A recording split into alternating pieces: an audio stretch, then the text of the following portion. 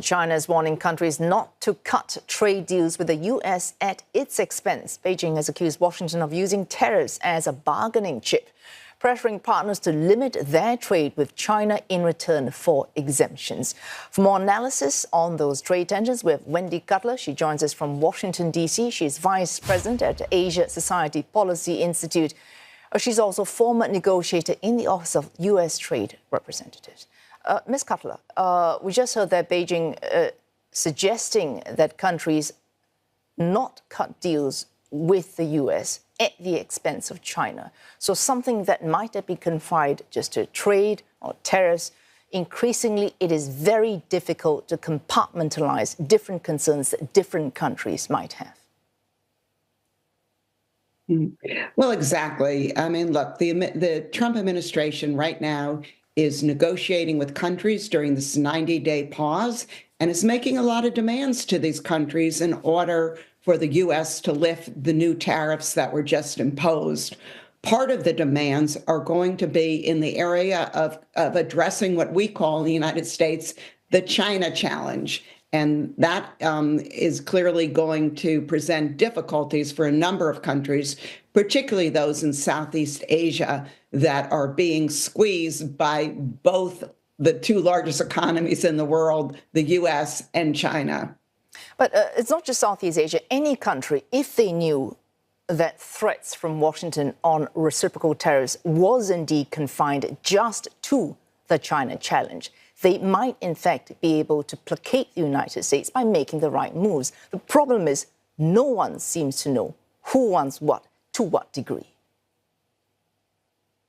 Well, I think that's a bit of an overstatement. Negotiations are going on now. Progress is being made. There are clearly some huge challenges in these negotiations, but according to the Trump administration, they're going well thus far.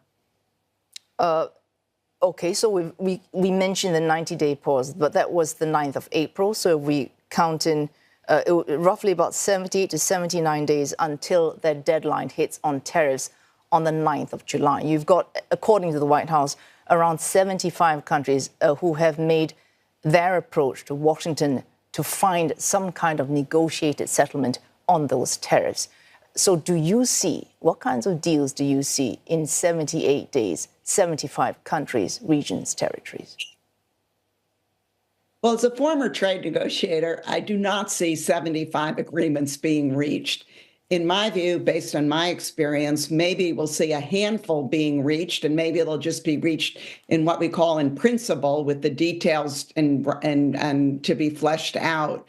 The Trump administration keeps claiming that they're making progress with many countries. And let's be honest, a lot of countries are not happy with the reciprocal tariffs that were assigned them. It's going to create a lot of hardship to their economies. So they do have an interest in trying to reach an accommodation with the Trump administration over this 90-day period. What shape might that accommodation take? Entirely commercial deals, bilateral deals, or some kind of agreement that is based on everyone agreeing on adhering to the same set of rules? No, these are going to be bilateral deals, and I think each deal will have some common elements, but they'll also be tailored commitments to fit the nature of the bilateral relationship. So my understanding is the administration is going to be asking for concessions in a number of different areas, including market access, lowering tariffs for the United States, as well as getting rid of a lot of these non-tariff measures that have been presenting obstacles to trade between the United States and the targeted country. U.S. requests will also involve, as we said, addressing what's called the China challenge with respect to trade and investment with China, and trying to really discipline any circumvention that's happening by Chinese companies in third countries in order to avoid U.S. tariffs. The U.S. may also be asking for demands with respect to currency or other financial matters, as well as economic security matters. But also, as you mentioned, It will have a commercial aspect to it. So I expect that countries will announce further huge investments into the United States and also further purchases of U.S. agriculture, energy, and other products in order to get the U.S. bilateral trade deficit down with the country in question.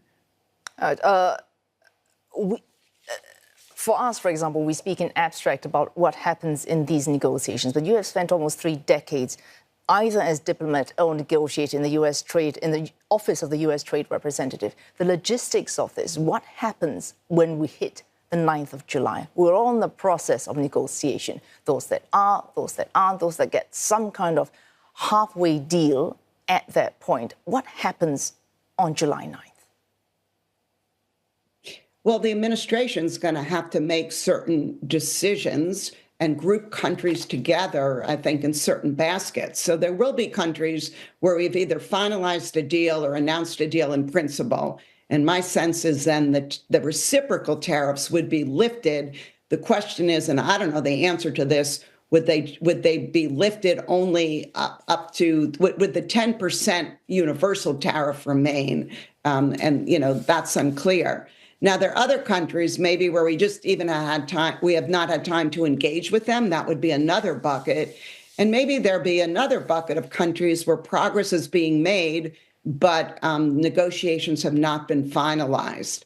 And the administration at that point will need to decide, does it reimpose tariffs for all of those countries that have not reached a deal, or does it postpone and delay the 90-day period for countries that have been negotiating in good faith or countries with whom we just haven't had time to sit down and negotiate with? That will be a decision that will need to be made closer to the 90-day period. And I can tell you, as a negotiator, you would not at this point want to hint at any extension of the 90-day period, because that would take the pressure off the negotiations, and that would not be in the U.S. interest right now. And final question here. Now, a standout in terms of reacting to that pressure, China and potentially the European Union. China has hit back with its own tariffs. For other countries, there's much less space and weight to do the same. When small countries or smaller countries negotiate with the United States on these potential tariffs, do they have any leverage? Final question. I think they have some leverage. I think it's easy for countries to say, the U.S. is strong arming us. We have nothing. We can't get anything out of these. I think that these countries bring leverage to the table. In particular, the United States, the Trump administration wants to show that this trade policy is working. So they are going to be under pressure to negotiate and finalize as many deals as possible during those 90 days. And I think the other countries recognize that and may see an opening to at least achieve some of their objectives as well in the negotiation. Thanks so much for joining us. Wendy Cutler, Vice President at Asia Society Policy Institute.